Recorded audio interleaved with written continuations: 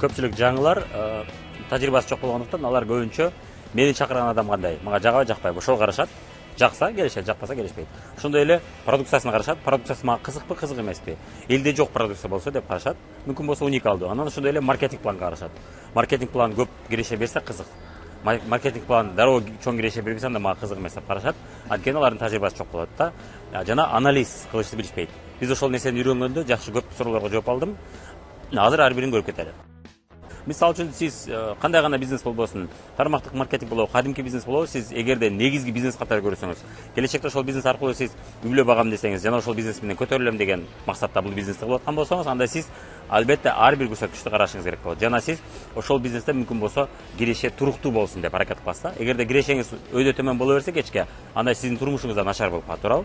Ошол себептен сиз мүмкүн болсо туруктуу, аз болсо дагы башында аз болсо да туруктуу, анан акырындык менен көтөрүлүп туруктуу болгон компанияны тандagaныгыңыз туура болот. Аны кантип билсеңиз болот? Бул албетте маркетинг план эмес, продукция жана системага карайбыз да. Эгерде сиз келген сиз караштырып аткан компаниянын баштоо үчүн дароо 20 миң же 30 миңдик же 50 миңдик 100 миңдик продукция алып анан гана баштаган шарты бар болсо, эгерде 1000 сом, 2000 сом же 3000 сом же 5000 сомдук продукция алып баштасаң болот деген элдин чөнтөгүнө ылайык шарттар болбосо, анда ошол компанияда сиз иштегенде сиздин кирешеңиз секирип турат да, өйдө төмөн болот. Анткени дегенде өзүңүз билесиз, кымбат товарларды кризиске карашат да. Мисалы үчүн сиз мисалга жакшыраак түшүнүш үчүн мисалга бир мебель саткан же техника, телевизор саткан дүкөндү карап кетели. Телевизор саткан дүкөндөр көбүнчө кризис болгондо содасы түшүп кетет да, содасы басаңдап, иши жакшы жүрүшпөй калат. Жана кыйналып калышат. Ал эми тамак аш, айталы самын жана башка жуунууга керектүү продукциялар болсо, алар кризиске карабайт. Алар сезону почти жок, негизинен көпчүлүк учурда. Ошол себептен кирешеси туруктуу болуп турат. Көп түшүп кетпейт. Кризисте азыраак түшөт, түшпөйт көп, өтө көп. Бирок банкротко учурап калбайт да көпчүлүк бизнестер. Ал эми кымбат товар саткандар банкрот болуп жабылып калат.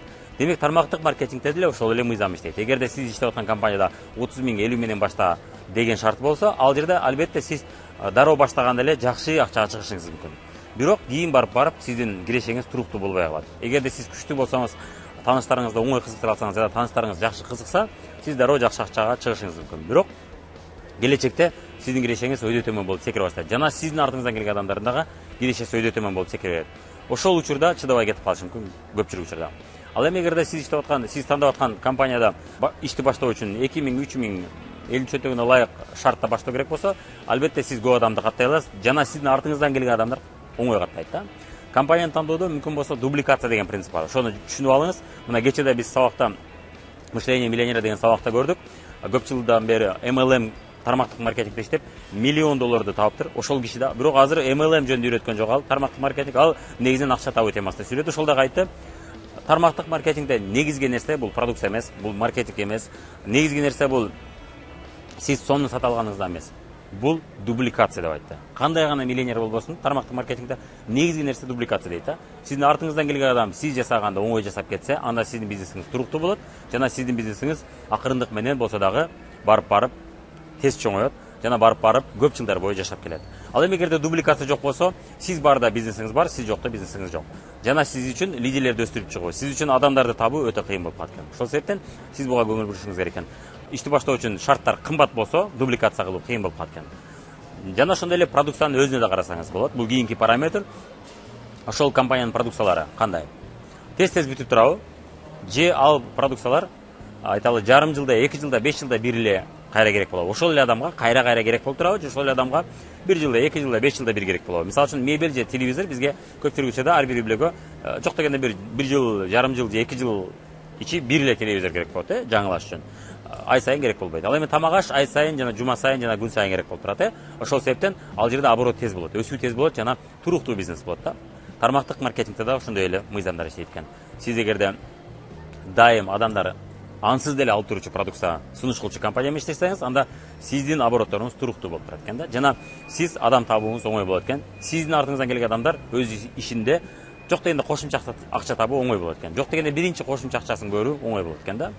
Жана ал бизнесте акча табуу үчүн сөзсүз түрдө офиске эрişип келип, жарым саат, 1 сааттан сүйлөп отурбастан, таанышына 1-2 продукцияны көрсөтүп коюп, айталы сунуш кылып, кошумча акча табууга мүмкүнчүлүк болот экен да. Ошол учурда гана сиздин бизнесиңиз туруктуу болот экен. Анан айтып кеттик, мына дубликация. Кымбат болгондо дагы бир нерсе дүкөндөрдө айтышыңыз мүмкүн, эми телевизор сатып деле, мебель сатып деле баягандар бар болуп атат. Туура эле, эң туура. Ошондой ишти кылып баягандар көп эле. Ошол эле учурда банкрот болгондо да толтура. Эмнеге дегенде, ал бизнесте акча көп киргизүү керек болот, жана ал тобокели чоңураак бизнес. Ал бизнести жаман бизнес дебейбиз. Ар кимге ар кандай бизнес чыгат. Тармактык маркетингде деле ошондой эле, сиз эгерде ошондой кымбат продукция сатчу болсоңуз, сиз өзүңүз жакшы жасай алганыңыз менен, сиздин артыңыздан келген адамдар ошол ишти жасап кете албашы мүмкүн. Көпчүлүк учурда. Анткени кымбат товарды сатуу кыйыныраак болот, билесиз. Бирок тармактык маркетингди биз жалгыз кылбайбыз да. Кадимки бизнесте биз жалгыз кылабыз.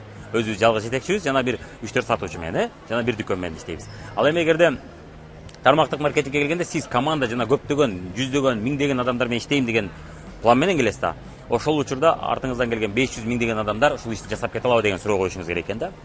Ошол продукция жөнүндө айтып бере алабы оңой эле, же айтып берүү үчүн өтө кыйынбы деген суроого жооп берген аракет кылыңыз. Эгерде ошол продукция жөнүндө айтып бериш, түшүндүрүш, эмнеге керек экен, эмнеге ал адамга керек, эмнеге ал адам колдонуш керек, ошону түшүндүрүү өтө кыйын болсо, анда сиздин бизнесиңизде киреше өйдө төмөн болуп секирип турат экен да. Эгерде сизге бул макул десеңиз, анда боло берет. Бирок менин кирешем туруктуу болсун, мен дайым өзүмдүн кирешемди пландаштыра билейин. Мен өзүмдүн кирешемди канча түшүшүн мен билгим келет. Мен туруктуу бизнес жасагым келет. Мен айталы, бир ай мен баймын, экинчи ай мен кедеймин, мен карызга батып кеттим деген бизнес мага жакпайт десеңиз, анда мүмкүн болсо ушул параметрлерге сөзсүз түрдө карап чыгыңыз.